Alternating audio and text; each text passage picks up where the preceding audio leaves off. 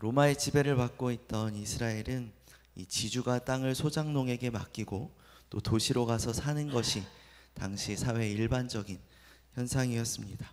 지주가 직접 소작농을 만나지 않고 이 종을 보내어서 소작류나 이 열매를 받았습니다.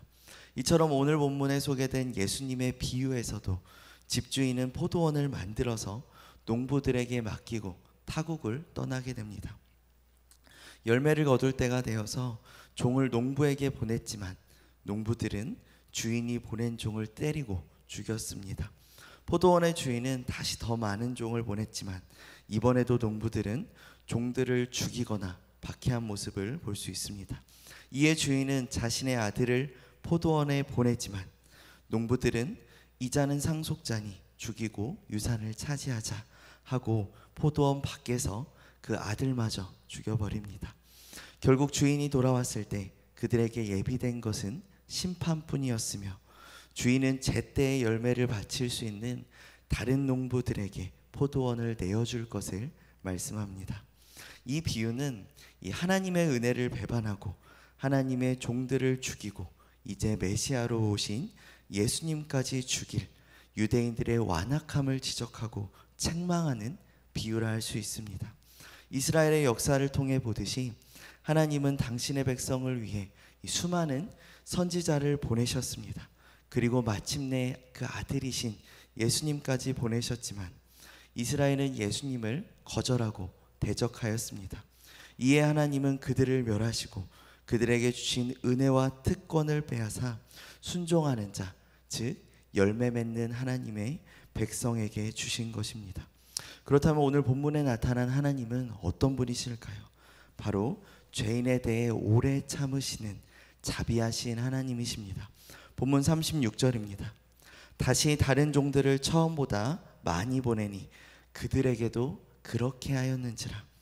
36절에 보면 집주인은 이 농부들이 자기가 보낸 종들에게 어떻게 했는지를 다 알면서도 다시 다른 종들, 오히려 더 많은 종들을 처음보다 많이 보냈다고 말씀하고 있습니다. 그는 농부들의 행위를 괘씸히 여겨서 이 당장 그들을 처벌하고 이 포도원을 성실한 다른 사람들에게 바로 맡길 수 있었지만 그들이 돌이키기를 원했기 때문에 인내심을 가지고 기다리신 것으로 볼 수 있습니다. 이는 수없이 반역을 거듭하는 자기 백성에 대해서 오래 참고 기다리시는 자비로우신 하나님의 모습을 잘 보여줍니다. 하나님을 배반하고 당신의 종들을 대적하여 죽인 이스라엘을 쳐서 멸하는 것은 조금도 어려운 일이 아니었지만 하나님은 계속해서 선지자를 보내심으로 당신께 돌아올 기회를 주신 것입니다. 그리고 37절에 보면은 더 나아가서 그들이 내 아들은 존대하리라 말씀하시면서 집주인이 마지막으로 자기 아들을 농부들에게 보낸 사실이 나옵니다.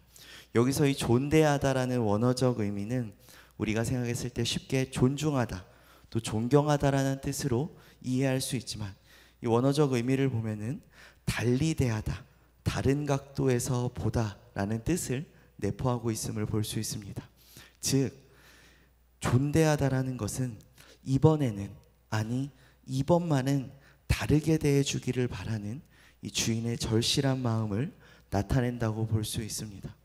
자기 백성의 완악함을 아시면서도 독생자 예수님을 보내시면서 그들이 돌이키기를 바라시는 하나님의 애타는 마음을 나타내는 것일 것입니다.